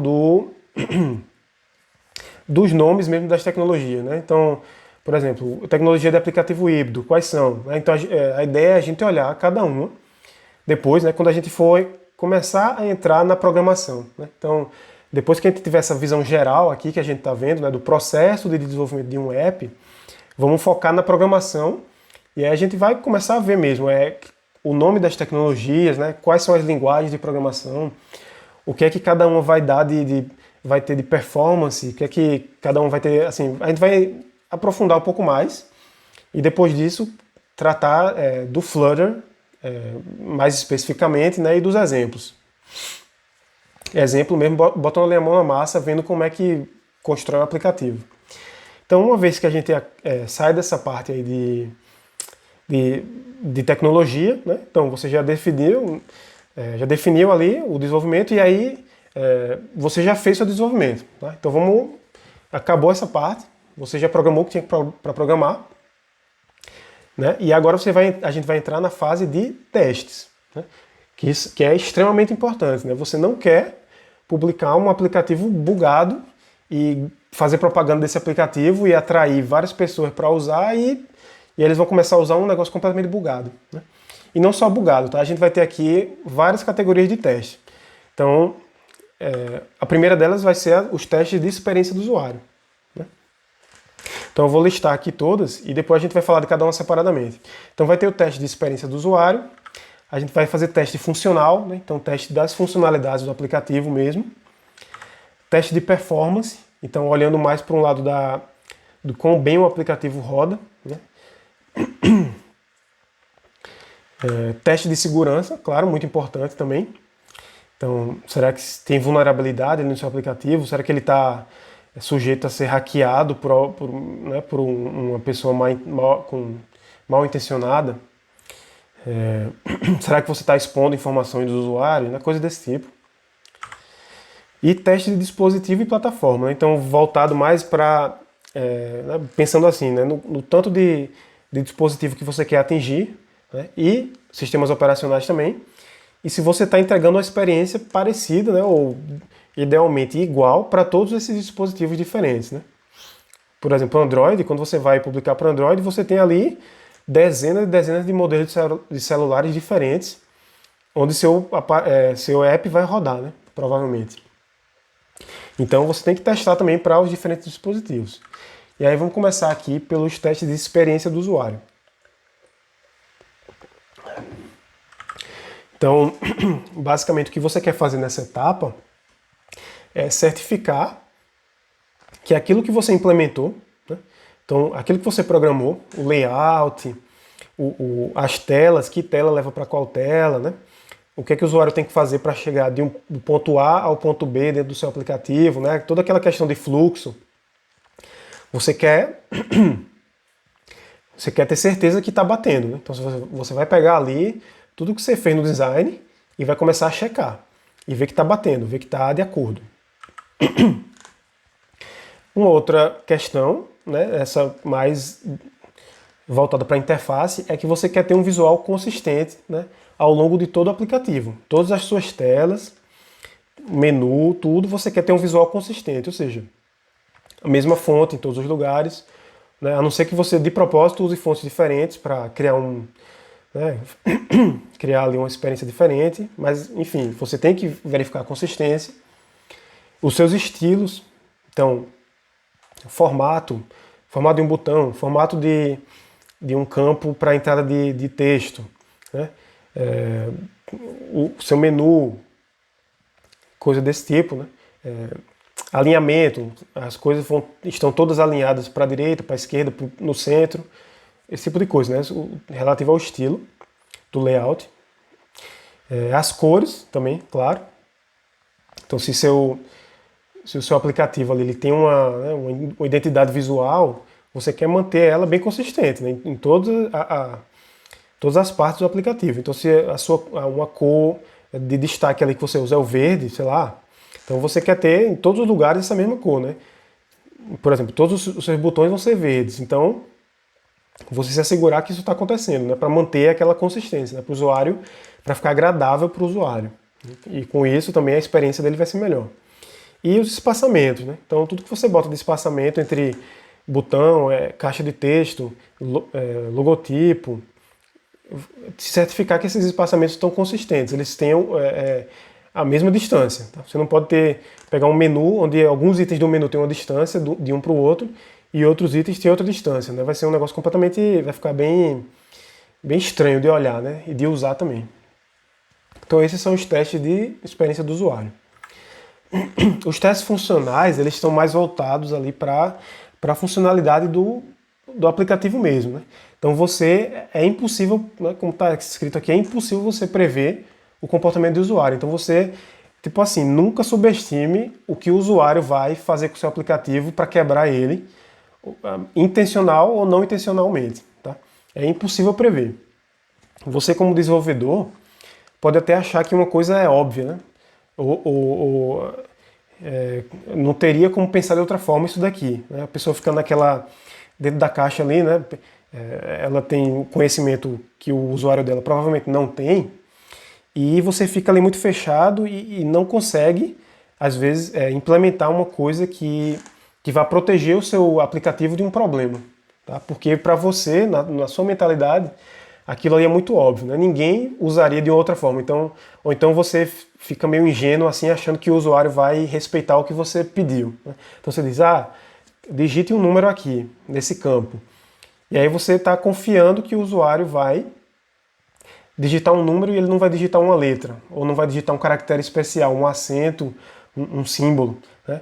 Então nesse caso, enfim, você não pode nunca nem subestimar a capacidade que ele tem de quebrar o seu sistema, e também nem pode confiar que ele vai fazer tudo o que você pediu, né, sem checar que ele realmente fez. Tá? E aí, para garantir que você realmente cobriu todos os casos ali, né, que poderia dar problema, é bom que você consiga muitos usuários para testar esse aplicativo. Né? Quanto mais usuário, melhor. E é claro que o ideal é que você possa acompanhar esses testes, ou que você possa receber todos os feedbacks ali, né? Todas as respostas, tudo que foi que os usuários acharam do aplicativo durante os testes, né? Então é bem interessante. E com isso você vai obter vários resultados diferentes, né? Então você pode ter duas pessoas que vão olhar para aquela tela, para aquele campo ali, e cada uma botar uma informação completamente diferente, que uma vai estar de acordo com o que você queria, outra não, e vai quebrar o seu app de alguma forma. Então, quanto mais usuário testando, melhor. Você também vai ter testes, né? Você vai quebrar os seus testes em dois tipos principais. Os testes de sistema, né? O sistema do seu aplicativo como um todo. Então, será que ele está funcionando como um todo? De uma visão mais geral, assim, né? Olhando, vamos dizer assim, de longe, né? Meu aplicativo funciona, tudo, uma coisa conversa com a outra, tudo certinho. E testes unitários que são bem mais específicos, né? Então, cada funçãozinha ali do seu aplicativo, né? Cada pedacinho, você testar e ver que está funcionando. Ah, quando eu boto essa entrada aqui, vem essa saída. Isso está de acordo. Quando eu faço isso daqui, a resposta é essa. Para cada pedacinho, vamos dizer assim, né? Botando ali um microscópio e vendo cada pedacinho do seu aplicativo. Então você tem esses dois tipos de teste. E aí, né, tem essa frase aqui, né, nesse artigo, que ele fala assim: volte aos seus documentos de planejamento e design e verifique cada funcionalidade do app. Então, você não pode, não assuma que algo funciona na versão final apenas porque estava funcionando ali na fase de desenvolvimento. Né? Nunca se sabe o que pode acontecer. Então, quando você bota para rodar na Vera, né? Então, precisa checar cada funcionalidade. E aí a gente vem aqui nos testes de performance. Né? Então, para esses testes, você vai ter vários critérios. Tá? Aqui são só alguns, mas você pode ter uma série de critérios voltados para performance. Né? Então, como é que seu app está rodando ali? Então, por exemplo, qual é a velocidade de resposta às requisições dos usuários? Então, quando o usuário clica no botão ali que vai mandar, por exemplo, a requisição para o banco de dados, isso está sendo rápido ou não? Né? O quão rápido está sendo? Velocidade de carregamento das telas. Então, seu aplicativo, ele carrega rápido cada tela, né? Quando o usuário clica, ele espera muito tempo até que a outra tela apareça para ele, né? Então, isso é uma análise da performance. Drenagem de bateria, né? Então, será que seu aplicativo ele está, por algum motivo, drenando muito a bateria do celular? Né? Ou então esquentando ali o celular, a pessoa liga o celular, liga o seu app, né? Entra no seu app, e o celular começa a esquentar muito, ou então a bateria dela cai rapidamente, né? Será que isso acontece ou não? Então é um teste também de performance. Vazamento de memória, né? Então às vezes você, sem querer, ou enfim, por uma falha na implementação, o seu programa começa a consumir a memória ali rapidamente, né? Ele tem alguma falha ali que ele está consumindo a memória, pode ser memória RAM, né? E aí o celular começa a ficar lento e começa a travar, então isso pode ser uma falha de implementação também. Então você tem que checar se existe algum vazamento de memória. Eficiência de uso da internet, né? Então ninguém quer ligar um aplicativo, né, no 3G e daqui a pouco ver que ele comeu ali a franquia ali da pessoa diária todinha, por exemplo, ela nem sabia o que estava acontecendo, né?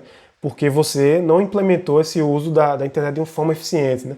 Então, por exemplo, você faz muita requisição ao servidor lá, ao seu back-end, e isso vai consumindo os dados da pessoa, né?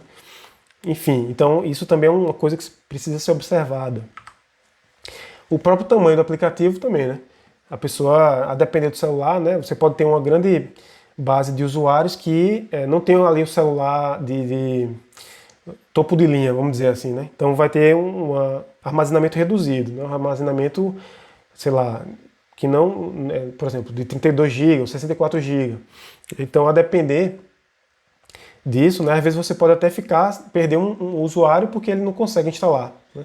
Ele não tem mais espaço e ele vai ter que se livrar de muita coisa e aí, sei lá, então é muito importante também otimizar essa questão do tamanho, né?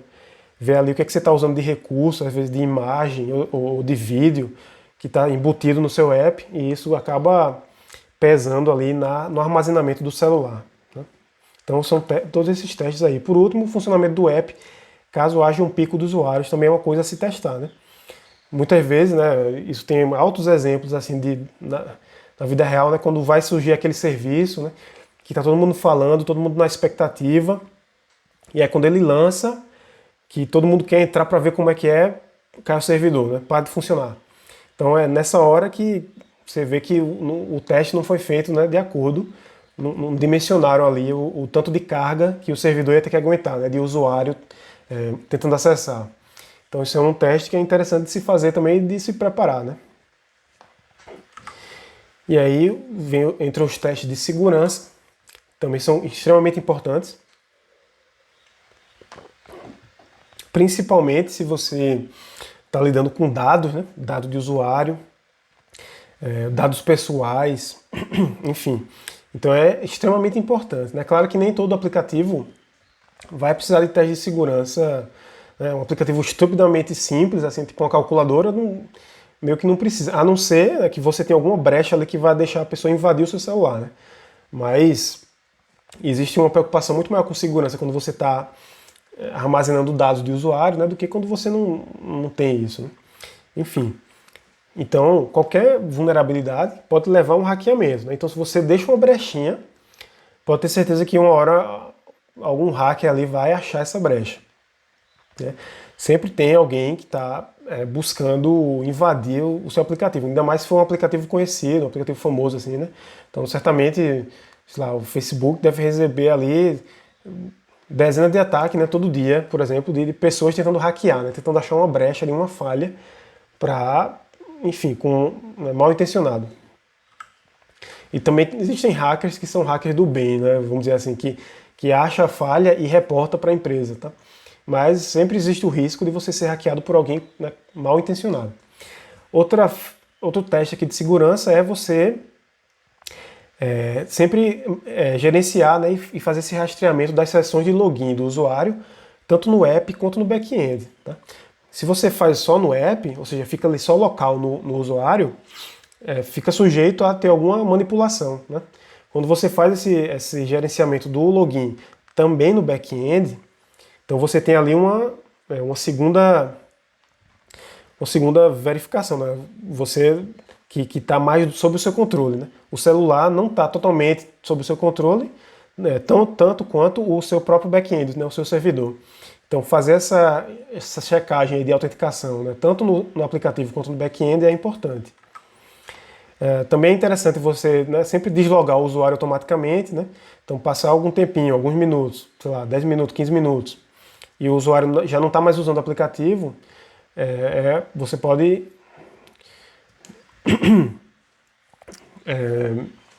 deslogar ele, né? Pensar nessa possibilidade a depender da sua aplicação. Por exemplo, aplicativo de banco em geral faz isso, né? O aplicativo do Banco do Brasil, por exemplo, que eu uso no celular, depois que eu fecho ele já me desloga, né? Eu tenho que logar toda vez que eu vou usar, praticamente. A não ser que eu use assim, muito perto, né? Então, a depender da sua aplicação, né, do quão sensível são os dados que estão ali nela, é interessante que você implemente esse término automático do login, né? Você deslogue o usuário automaticamente. Você vai também, nessa questão, né, de manter o usuário logado, em geral você vai ter que armazenar as credenciais em algum lugar, né? Por exemplo, vai que você faz um aplicativo que não vai deslogar automaticamente, né? Que você, na verdade, é muito mais vantajoso para você e para a experiência do usuário que ele fique logado sempre, né? Então a gente tem vários aplicativos aqui no celular, né? Eu uso, e certamente vocês usam também, que você está sempre logado, né? Você não precisa botar a senha toda vez, né? Rede social, por exemplo, né? Instagram, sei lá. Então, nessa hora, você tem que armazenar a credencial do usuário, né? Ou seja, aquelas informações de login dele. E aí é necessário sempre fazer isso olhando a segurança, né? Não deixar num lugar que possa ser facilmente acessado pelo próprio usuário por alguém que está ali tentando hackear o celular dele. E por último, verificar sempre os formulários para entrada de dados, né? Aquilo que eu falei. Esse formulário está sendo protegido, né? Primeiro de tudo, aquele dado que é entrado nele, existe uma segurança ali, então se vai ser enviado pelo servidor, está sendo enviado com criptografia, por exemplo, você está protegendo, você está checando se a entrada está de acordo com o que você quer ou não, então o usuário ali, ele pode, por exemplo, injetar um código naquele seu formulário que vai ser executado, né? Então isso é sempre interessante. O formulário é uma porta de entrada ali para vulnerabilidade, né? Então é sempre bom checar se o formulário ele não tem esses problemas. Tipo entrada de texto mesmo, né? Aquele campo para entrada de texto, por exemplo. E por último, os testes de dispositivo e plataforma. Então, periodicamente, né, uma coisa que sempre acontece, de alguns meses em alguns meses, ou de ano em ano, você vai ter lançamento de tipo celular novo, tablet novo, atualização de Android, atualização da iOS, né? Então toda vez que isso acontece, você vai ter que checar se o seu aplicativo está rodando, né, de acordo com o que você planejou, né? Com o que você, por exemplo, você na data do lançamento é uma coisa, mas depois de um ano ou de 2 anos, sei lá, já o ambiente ali onde ele está rodando já é completamente diferente, né? Não completamente, mas já está bem diferente do que era, né, 2 anos atrás, por exemplo. Não só o ambiente, né, o sistema operacional, mas também os dispositivos, né, onde ele está rodando. Então, esses testes você precisa testar né, também com foco nisso daí, né? Então, por exemplo, em termos de Android, né, quando a gente olha assim para o Android, cada empresa, né, então Samsung tem um Android da Samsung, aí Xiaomi tem um Android da Xiaomi, Motorola tem um Android da Motorola. Cada uma tem ali o Android, como o Android ele é código aberto, então cada empresa pega e faz o que quer ali com ele, né? Adiciona uma coisinha aqui, uma funcionalidade ali. Então isso aí gera cada vez mais variação, né, para o seu app, né? Você precisa testar para checar que nesse monte de Android diferente, por exemplo, ele está rodando bem. E aí você tem que testar os seus aplicativos, seja no próprio dispositivo, né? Se você tem acesso a vários dispositivos, por exemplo, você tem um orçamento que você pode comprar, né? Você ou uma empresa, no caso, pode comprar vários dispositivos e testar, né? No dispositivo físico mesmo. Se não, você pode simular, né? Então, você tem a possibilidade de simular em vários dispositivos diferentes, né? O tamanho da tela diferente, o Androidzinho diferente, e assim sucessivamente. Então é interessante sempre fazer esse teste em vários dispositivos. Também, não só falando de Android, mas de iOS também, né? Embora o iOS ele tenha ali uma variação menor, né? Já que é tudo fechadão ali, tudo da Apple, né? Então ele é um pouco, não existe essa variedade tão grande quanto a gente tem de sistema Android, né? Mas ainda assim você tem várias versões do iOS, né? E o iPadOS também agora, né? Então, enfim, você tem toda uma gama ali de dispositivos e de sistemas operacionais que você precisa testar o seu aplicativo, né? E aí testar pode ser, inclusive, todos esses testes que a gente mencionou anteriormente, né? Mas cada um voltado para um dispositivo diferente, por exemplo, para uma plataforma diferente, naquilo que for necessário, claro. Você não vai repetir o mesmo teste para todas as plataformas se ele não é uma coisa necessária, né? Se um teste só já é suficiente. Mas, enfim. E aí, esses são os testes que você vai fazer, tá? Então, fica faltando aqui, para a gente finalizar essa visão geral, essa parte de lançamento do aplicativo e marketing, tá? Então, é quando você vai, né, lançar, então vai publicar de vez, né?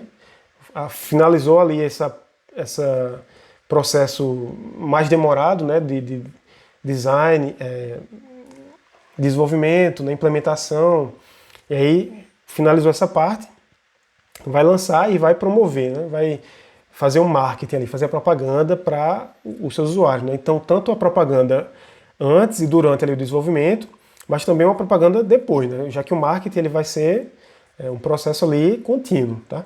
Tanto o marketing quanto todo o resto, né?